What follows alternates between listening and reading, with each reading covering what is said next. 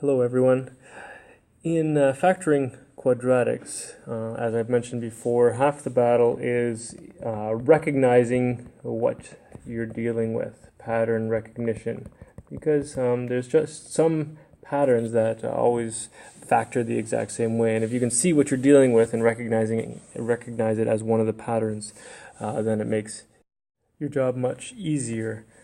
For example, last time we talked about seeing something like this, x squared plus 7x plus 12, and saying, oh, I know that that is just simple quadratic factoring, right? Where I need to think of things that multiply to 12 and add to 7, and then it just, the numbers slot into the right spots. So that was just simple quadratic factoring. Two very common types of patterns that we see are the patterns that result from things like this. One pattern is something that results from multiplying two binomials that are very, very similar, but they have the opposite sign in the middle of them. If you've done them a few times, you recognize that these actually result in a binomial. Right? X plus 5 times x minus 5, x squared minus 25.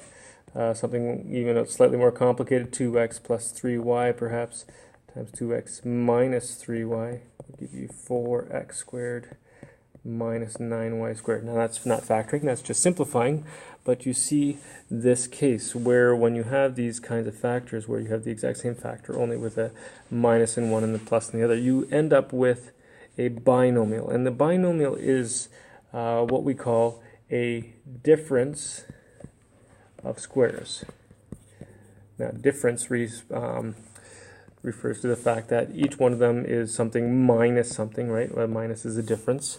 And the squares part tells you, well, they all start with a square variable, x squared, 4x squared, all these things are squares of something, right? And then each one subtracts a square. 9 is a square number, 25 is a square number, 9y squared is a square, right? And of course, you'll notice if you look back, well, what are they squares of? Well, they're all squares of the things in the factors, right? 4x squared is the square of 2x, right? 9y squared is the square of 3y. So you see this relationship here between the binomial and the factors that it came from. So then if we work backwards, we can say, well, if I was trying to, for example, factor something like x squared minus 16, well, I would first of all recognize it as a difference of squares because it's the only kind of expression that we look at that's a binomial. And it's a binomial that is a square minus a square.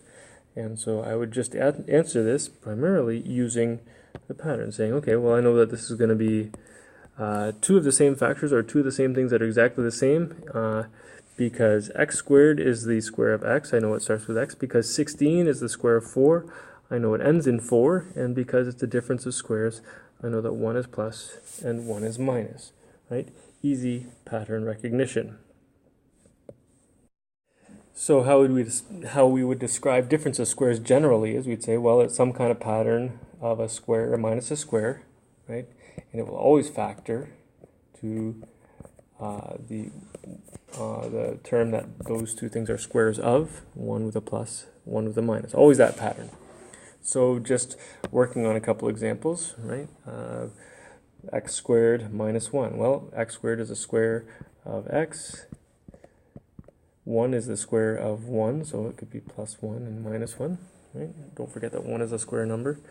It could be a little bit more complicated, like 4x squared minus 9. Right? Well, 4x squared is the square of 2x. 9 is the square of 3. Right? And 1 is plus and 1 is minus. Right? And it helps to have your squares memorized. Right? 36x squared minus 49y squared, well, it does look like this difference of squares pattern because it is a binomial, and we know that 36 is the square of 6, right? So the square of 36x squared is 6x. The square of or 49y squared is the square of 7y. Right? And we add 1 and subtract the other, right? And you could always see if it actually works out again by foiling it back out and seeing if you get back, right? That's always one way to try your solution. I want to remind you of something with this this number here, or this example here, 3x squared minus 27. Well, looks a little bit like a difference of squares, but 3x squared is not a square, actually. There's nothing that multiplies by itself to give you 3x squared. 27 is not a square either. But I want you to start living by this rule. Always check for a common factor. Always check for a common factor. And if we look at these two things, there is a common factor. 3 is a common factor. When I factor out the 3, I'm left with x squared minus 9. And lo and behold, x squared minus 9, that's a square minus a square. We've got a difference of squares, so that factors further, right? The common factor is still there, but I know the x squared minus 9 will factor to x minus 3 and x plus 3. Here's a quick example for those who are interested in just taking this a step further. This isn't necessarily for everybody, but take a look. X to the power of 4 minus 1. Now, it's a binomial, it's a subtraction. Is it a difference of squares? Is 1 the square of something? Yes, 1 is the square of 1. Is x to the power of 4 the square of something? Is it? Well, yeah, actually it is. X to the power of 4 is the square of x squared, right? So we could say that this is x squared and x squared, 1 and 1, so it's going to be plus here and minus there.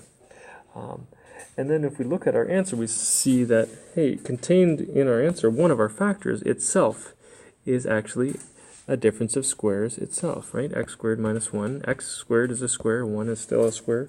So we could just factor that one square, that one factor actually, down to x plus 1 and x minus 1.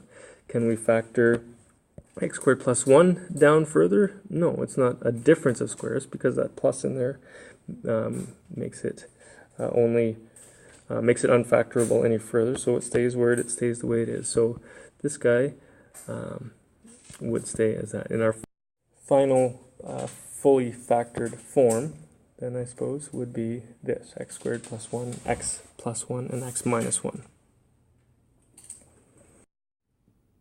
So that's how to factor difference of squares. An easy pattern to learn, an easy pattern to recognize. Look for the next video for a tutorial of how to factor perfect square trinomials.